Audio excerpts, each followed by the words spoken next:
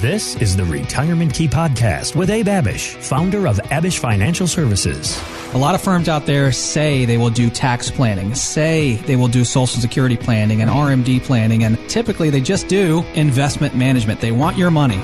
You've worked hard your whole life to earn and save. Now you need a plan to make that money work hard for you.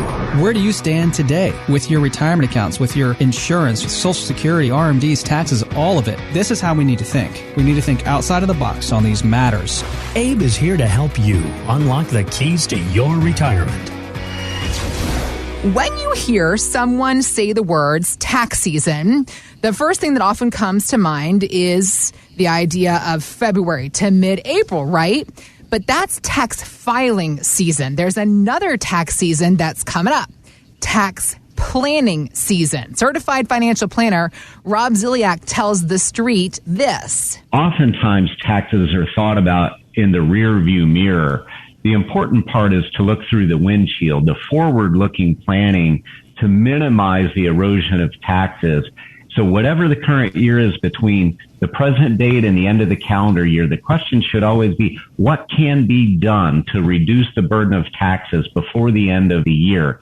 Okay, so Abe, what can we do between now and December to possibly reduce our tax burdens? And second part to this question is it too early to start? It's not too early to start. It's a great time. You know, there might be some tax loss harvesting, Heather, also Roth conversions. If you haven't done one or looked at that yet for the year, it looks like things won't change tax-wise for 2021.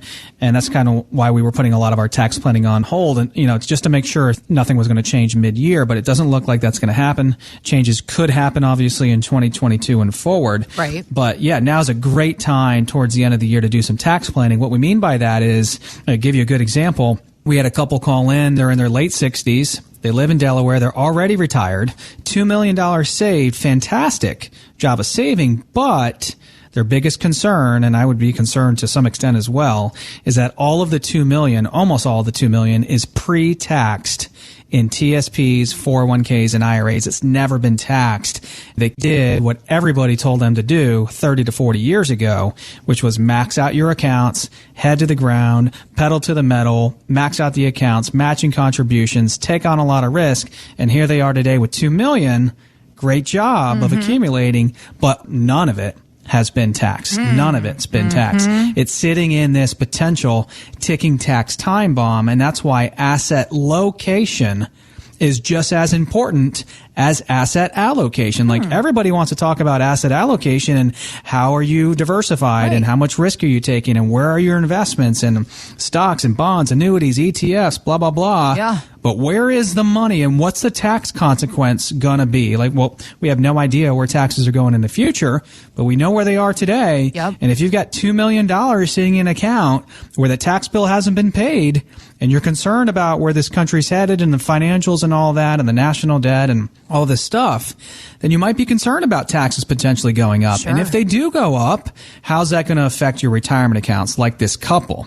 So we said, hey, we need to pay attention to where your assets are located just as much as they're allocated. We need to take a holistic approach here. We can't just ignore taxes and say, oh, Roth conversions aren't for everybody and all this stuff. You know, generic mass advice.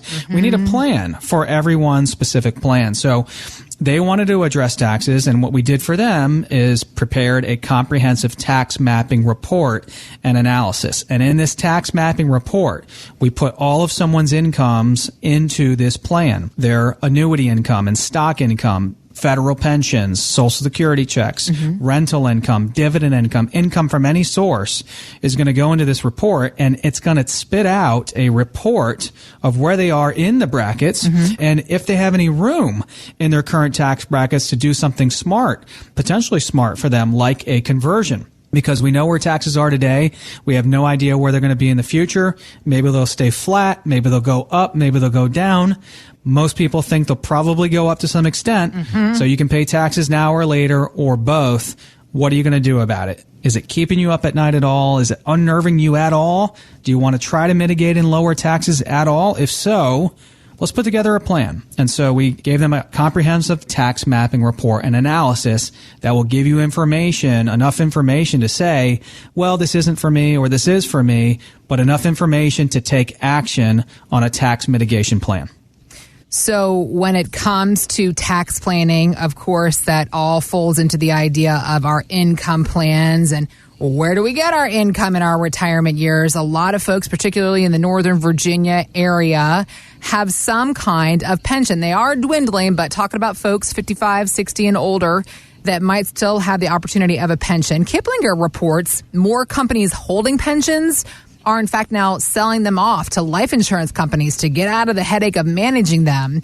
When plans go to a third party, are the folks that are underneath the umbrella usually offered a lump sum payout so that they can invest those funds where they want to? And for somebody who's perhaps going through a transition like this, how can you help them figure this kind of situation out? Yeah, this is an important part of our planning oftentimes with a lot of people, Heather, especially in the D.C. metro area. Yep. I mean, firefighter pensions and government, state, local pensions, teacher pensions, county pensions, private pensions.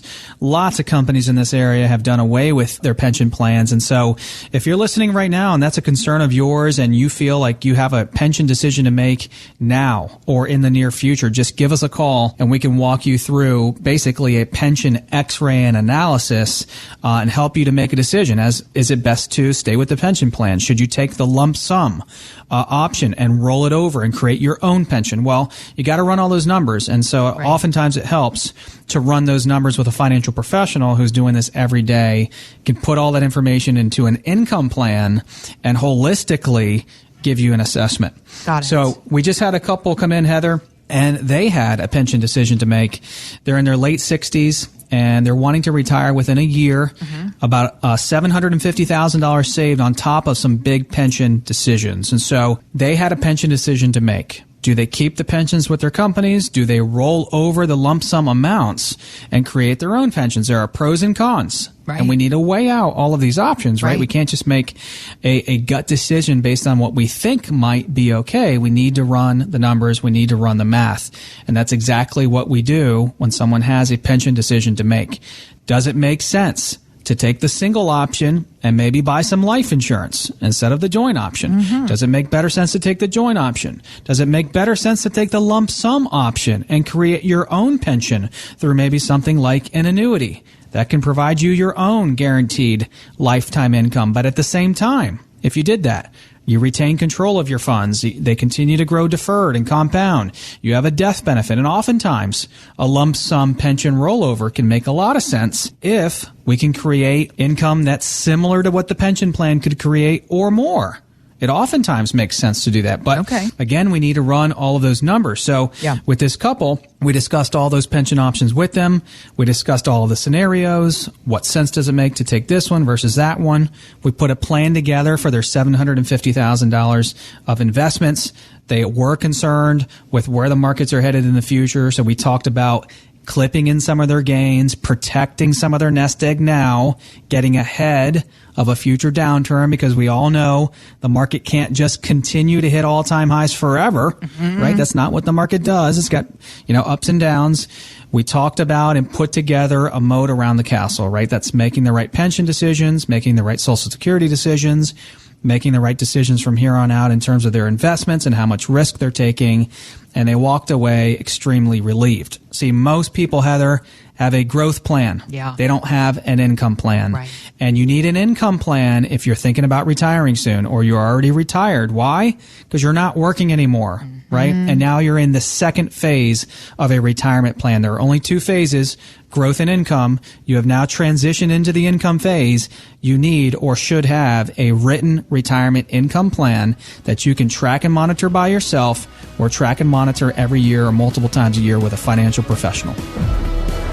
Thanks for listening to the Retirement Key Podcast with Abe Abish. To learn more about Abish Financial Services, visit retirementkeyradio.com and join Abe for his radio show, The Retirement Key, Saturdays at 2 p.m. on WMAL. Patrick Volk is an investment advisor representative of J. Hagan Capital Inc., a registered investment advisor. Exposure to ideas and financial vehicles discussed should not be considered investment advice or recommendation to buy or sell any financial vehicle. Past performance is not a guarantee of future results. Investments can fluctuate and when redeemed may be worth more or less than when originally invested. Financial professionals are not licensed in all 50 states. To find out if Abraham Abish and Patrick Volk are licensed in your state, please call 571-577-9968. Abish Financial Services is not affiliated with nor endorsed by the Social Security Administration or any other government agency and does not provide legal or tax advice. Annuity guarantees rely solely on the financial strength and claims paying ability of the issuing insurance company. By contacting us, you may be provided with information about insurance and annuity products offered through Abraham Abish or Patrick Volk. NPN number 770-3575 and NPN number 727-978.